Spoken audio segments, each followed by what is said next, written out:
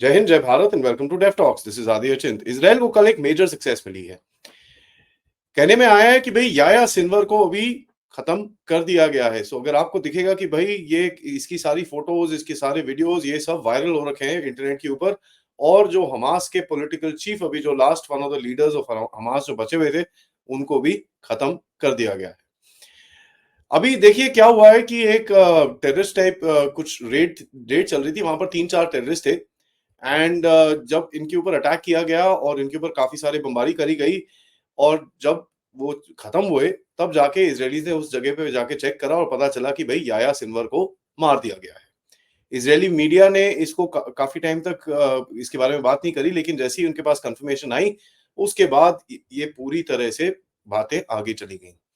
Israel के पास इनकी body है और इनका डीएनए टेस्ट हुआ था। डीएनए टेस्ट के बाद इनको पता चला कि साहब ये कंफर्म्ड है कि ये याया सिनवर है। And as a matter of fact ये एक एक छोटे से बैटल के अंदर लड़ता हुआ मारा गया। देखिए ये एक लेजेंड था इसका, याया सिनवर का, कि साहब मैं जब मरूंगा मैं लड़ता हुआ मरूंगा, मैं ये करूंगा, मैं स्ट्रीट्स ऑफ राफा के अंदर लड़ता हुआ मरूंगा, ये करूंगा वो करूंगा। तो ये इसने काफी कुछ बोला था एक टाइम पे, और यही चीज इसके साथ हुई है कि ये लड़ाई में मारा गया। इसकी टाइम तो इसका जो टाइम था गाजा के अंदर, वो ऑब्वियसली लिमिटेड था, क्योंकि जिस तरह से ऑपरेशंस वहां चल रहे हैं, ज्यादा टाइम बचा नहीं था कि इसको भी टारगेट करके ठोक दिया जाएगा। रूमर ऐसा था कि इसने अपने आसपास जो बचे कुछ हॉस्टेजेस हैं अपने आसपास बिठा के रखता था हमेशा, और एक डीप अंडरग्राउंड बंकर के अंदर बैठा रहता था। तो इट इज वेरी इंटरेस्टिंग कि एक ओवरग्राउंड एरिया में था और कुछ और टेररिस्ट के साथ था जहां पर इसको मारा गया था। इसके एक बॉडीगार्ड को भी मारा गया वहां पर। उसके पास by the way ID card था यूएनआरडब्ल्यूए का, रिलीफ ऑर्गेनाइजेशन जो है यूनाइटेड नेशंस की। तो ये तो काफी टाइम से इजरायलीज बोल रहे हैं कि यूएन की कुछ ऑर्गेनाइजेशन जो गाजा में ऑपरेट करती हैं, उनका हमास के साथ बहुत बहुत तालमेल है। यहाँ तक कि उसके कुछ मेंबर्स हमास के मेंबर्स भी हैं, और कुछ यूएन के मेंबर्स ने, यूएनआरडब्ल्यूए के मेंबर्स ने आके ये जो 7 अक्टूबर 2023 में जो अटैक हुआ था इसराइल में, उसमें भी पार्ट लिया था। ये भी पता चला है कि कुछ ये यूएनआरडब्ल्यूए के मेंबर्स ने कुछ हॉस्टेजेस भी अपने घर में रखे हुए थे। जो हॉस्टेजेस अभी फ्री हुए हैं, उन्होंने आके जो स्टोरीज बताई हैं, उससे तो ये चीज पूरी तरह से कंफर्म हो जाती है। तो आपको समझ में आना चाहिए कि भाई अभी जो यूएन के जो चीफ हैं एंटोनियो गुटेरेस, जिनको पर्सोना नॉन ग्राटा डिक्लेयर करके इसराइल ने बाहर रखा हुआ है, that why is it being done, और ये चीज हमको अभी पूरी तरह से क्लियर है। देखिए याया सिनवर का एक जो था, इसको ये चीज दिखानी थी कि भाई अब ठीक है, मैं मरना तो हूं, तो मैं एक जरा बोलते हैं ना मार्टर की तरह बाहर जाऊंगा, ये वो एंड ऑल दैट। तो ये पहले भी स्पीचेस काफी करता था।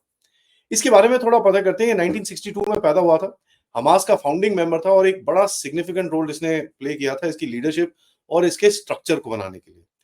बड़ा ही रूथलेस आदमी था। And as a matter of fact, जितने कोलैबोरेटर्स होते थे इसराइल के, जो स्पाइस होते थे, उनकी उनकी तरफ क्या क्या चीजें इसने करी हैं, उनकी स्टोरीज तो काफी पब्लिक डोमेन पे है। और जब ये किसी को मारता था, उसका गला काट के इधर उधर टांगने का इसको बड़ा शौक सा था। इस्माइल हनिया की जब किलिंग हुई थी ये ईरान के अंदर, वहां पर जहां पर इन लोगों को आपको याद होगा कि जब नए ईरान के प्रेसिडेंट को इनॉग्रेट किया गया था, तो ये वहां पर था। और एक आईआरजीसी के गेस्ट हाउस के अंदर एक drone strike, which is 90% confirm now, एक ड्रोन स्ट्राइक से इस्माइल हनिया को भी 2-4 महीने पहले मारा गया था। नाउ इसकी बॉडी के पास से काफी कुछ मिला है। इसकी बॉडी के पास से मिला है बहुत सारे पैसे, फेक आईडीज, और यहां तक कि कई लोग अभी इंटेलिजेंस के बारे में बात करते हैं कि साहब आपको दिखेगा कि साहब ये इसके पास अ, ऐसा एक तरीका था कि कई जगहों पे इंटेलिजेंस ये आई है कि ये वेस्ट बैंक में भी पाया गया था। नाउ गाजा से ये वेस्ट बैंक में कैसे गया, इसका तो ऑब्वियसली बहुत ही मुश्किल है बताना। बट अगर ऐसा कुछ है तो आपको समझ में आना चाहिए कि एक पूरा टनल इसराइल के नीचे खोद के ये लोग गए हुए हैं। इसकी कोई कंफर्मेशन नहीं है, लेकिन ये these are intelligence rumours that keep roaming around the place. मैं इसको कंफर्म नहीं करना चाहूंगा because I don't have any proof of it, but if something like this is there, it is very sinister. और ये चीज इसराइलीज को भी पता होगी, और इसराइलीज ने अभी तक आके कुछ बोला तो नहीं है, बट अगर ऐसा कुछ है it will be really really sinister, क्योंकि वेस्ट बैंक के अंदर भी इसराइलीज को फिर साफ सफाई हमास की करनी पड़ेगी। सिनवर के लीडरशिप के अंदर हमास ने अपने आप को स्ट्रेंथन किया था, ईरान के साथ अपनी अलायंसेस बढ़ाई थी, हिजबुल्लाह के अगेंस्ट साथ में अलायंसेस बढ़ाई थी, और अपनी मिलिट्री कैपेबिलिटीज को, जिस तरह आपने देखा, रॉकेट फायरिंग कैपेबिलिटीज, ये वो सब कुछ एनहांस की थी। इसके कनेक्शंस कई लोग बोलते हैं कि जो इसका नंबर 2 था मोहम्मद दाइफ, जिसको थोड़े टाइम पहले मारा था, वो उसके साथ चाइनीज कनेक्शंस थे एंड चाइनीज ये इन्फेंट्री स्कूल में मोहम्मद दाइफ ने ट्रेनिंग वेनिंग करी थी। As a matter of fact काफी चाइनीज एक्सपर्ट्स ने आके इनको सिखाया था कि ये जो पाइप रॉकेट्स ये लोग बनाते हैं ये उन्होंने सिखाया था। यहाँ तक ये भी रूमर चलते हैं कि ये जितना भी अंडरग्राउंड टनल नेटवर्क है इसके गाजा के अंदर, उसके अंदर भी चाइनीज का काफी हद तक हाथ था। अब 2-4 दिन पहले आपको याद होगा कि एक इज़राइल ने रेड भी करी थी हिजबुल्लाह के एरिया के अंदर, वहां पे भी कुछ चाइनीज थे जिनको वो बाल-बाल बच के वहां से निकले और ये इसकी कंफर्मेशन तो नहीं है, बट काफी इंटेलिजेंस इसके बारे में, काफी रिपोर्ट्स इसके बारे में भी आई थी। याया सिन्वर को 1988 में अरेस्ट किया था और अबडक्शन और किलिंग के चार्जेस के ऊपर 2 इजरायली सोल्जर्स को इसने उठा के मार मुर दिया था and as a matter of fact इसको 4 लाइफ टर्म्स की सेंटेंस हुई थी, लेकिन 2011 के अंदर इसको रिलीज कर दिया गया था in a prisoner exchange deal for that Israeli soldier जिसको पकड़ के लेके गए थे ये लोग एंड जिसके लिए काफी सारे ये हमास के बंदे इजरायलीज ने पैलेस्टीनियंस इजरायलीज ने रिलीज करे थे 2011 के अंदर। इजरायली सोल्जर का नाम था Gilad Shalit if I am not mistaken and उसके उसके एक्सचेंज के चक्कर में काफी सारे ये लोगों को वापस दिया था and as a matter fact उसके बाद इन लोगों ने पूरा अपना जो ये नेटवर्क गाजा के अंदर बनाया है, it is known that this was done after that. 22 साल इजरायली प्रिजन में रहा ये एंड सिन्वर को बड़ा मानते थे कि भैया ये इवन इनसाइड द प्रिजन इसका बड़ा जबरदस्त लीडरशिप टाइप था, एक रेपुटेशन था और एज अ मैटर फैक्ट एक बड़ा इंपॉर्टेंट बंदा प्रिजन के अंदर बन चुका था एंड इसके बारे में ये चीज बड़ी क्लियर है कि जो अक्टूबर 7 2023 को इजराइल के ऊपर अटैक हुआ था ये उसका मास्टरमाइंड ही था। इसके इस ये बड़ा हार्डलाइनर बंदा था। इसकी जो पॉलिटिकल फिगर्स जैसे इस्माइल हनिया और ये लोग थे जो बाहर रहते थे, 4-5 बिलियन डॉलर के मालिक थे, उनको ये बड़ा क्रिटिसाइज करता था, बोलता था तुम यहाँ पर रहते नहीं हो, तुम बाहर रहते हो, इतने पैसे कमाते हो, ये करते हो, यहाँ पर आके जंग लड़ो तो मैं तुम्हारी बात मानूं सॉर्ट ऑफ अ थिंग। तो अपने आप को इसने एक एक्सक्लूसिव क्लब में रखा हुआ था जहां पर कि भाई ये यू नो मैं हूं तो तुम क्या हो, गधे हो एकदम टाइप्स, ऐसा सीन है। तो ये ना जो बोलते हैं लोग कि भाई हमास का भी लीडरशिप के अंदर पूरी यूनिटी थी, ये था वो था, ऐसा कुछ नहीं था। उनके अंदर भी काफी पोलिटिसाइजेशन था और जैसे ही याया सिन्वर को अभी क्राउन किया गया था, कब, जब इस्माइल हनिया को मार मार के इसराइलीज ने ईरान के अंदर खत्म किया था, उसके बाद याया सिन्वर ने टेक ओवर किया था। नाउ इनका एक और बंदा है खालिद मशाल, जो बोलते हैं कि भाई वो भी काफी सिनिस्टर टाइप बंदा है। देखते हैं उसके साथ होता क्या है आगे, वो पता चलेगा थोड़े टाइम में, जैसे जैसे इजरायली ऑपरेशन आगे चलता रहेगा। ये तरह की जो स्ट्राइक्स होती हैं they are known as decapitation strikes, जहां पर आप लीडरशिप को उड़ा देते हो। काफी जो आर्मीज है, मैं ये पहले भी बोल चुका हूँ, वर्ल्ड के अंदर वो इन चीजों को प्रेफर नहीं करती है क्योंकि उनको लगता है कि भाई अगर किसी को उड़ाया और कोई और एकदम ज्यादा रेडिकल बंदा आ गया तो भैया लेने के देने पड़ जाएंगे। और वैसे भी अगर इसको उड़ाते हो तो नीचे पॉलिटिकल जो मोटिवेशन होती है, जो ये रेडिकलाइज मोटिवेशन होती है, ये बढ़ जाती है। तो काफी armies in the world don't prefer this kind of operations, but Israelis आप देख रहे हैं their handling this show completely differently. Hezbollah के साथ भी इन्होंने पूरी डिकैपिटेशन स्ट्राइक करी है।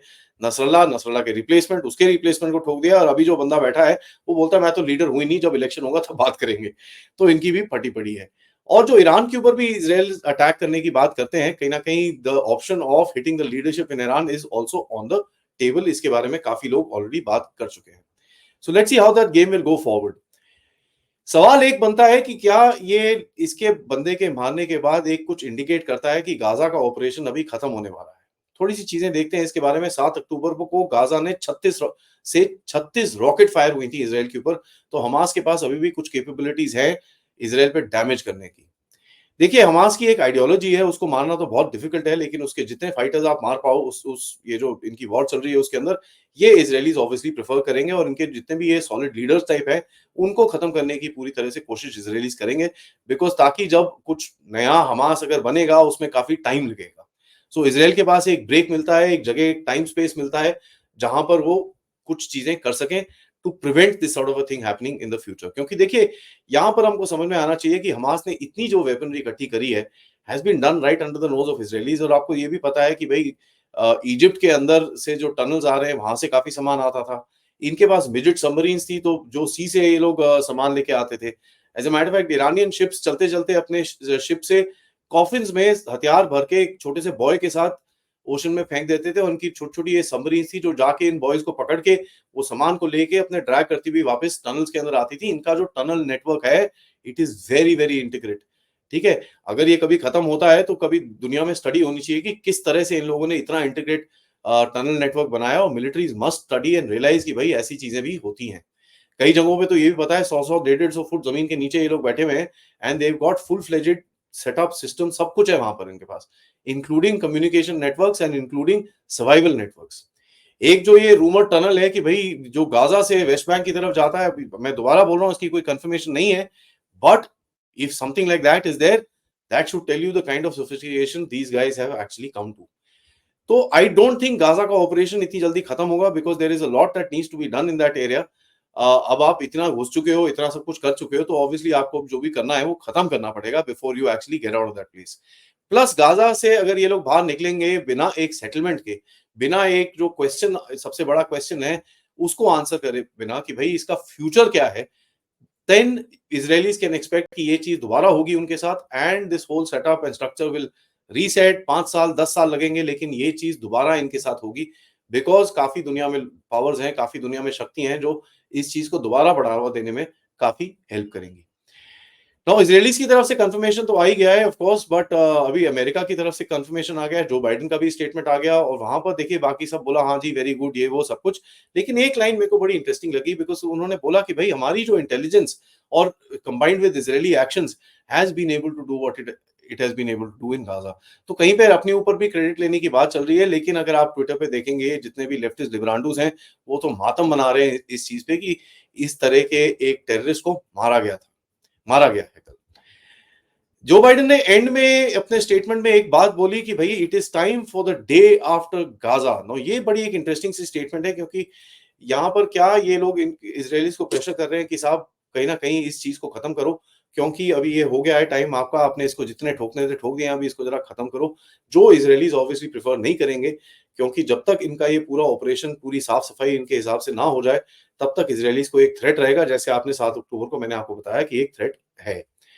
हिजबुल्लाह के ऑपरेशन भी नॉर्थ में चल रहे हैं, काफी कुछ अभी टेंशन है, ईरान के ऊपर एक काउंटर अटैक होने की काफी बातें चलती हैं। So this game is not yet over. काफी कुछ हुआ है, काफी कुछ बचा है।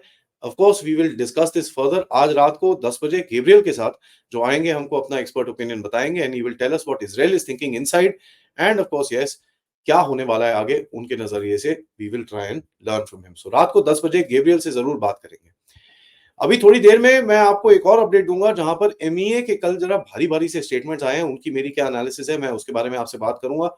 एंड ऑफ कोर्स दोपहर में 3:15 तिलक दिवाकर साहब के साथ एक शो है, वो प्लीज जरूर देखिएगा। पाकिस्तान की क्या हालत है, किस तरह से वो आगे जाएगा, क्या क्या उनके नजरिए हैं तिलक साहब के, उसके बारे में डिस्कशन पूरी आप जरूर देखिएगा।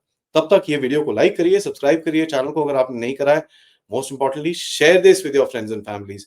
हम लोग 3,20,000 फॉलोअर्स पे पास आ रहे हैं। हमारा नेक्स्ट छोटा माइलस्टोन जो रहेगा 3,25,000 का रहेगा। उसके बाद ऑब्वियसली धीरे धीरे करके हम आगे चलते रहेंगे। आप लोग इस चैनल की तरफ कंट्रीब्यूट कर सकते हैं क्यूआर कोड या फिर पेपैल या फिर सुपर स्टिकर सुपर चैट्स के साथ। जय हिंद, जय भारत।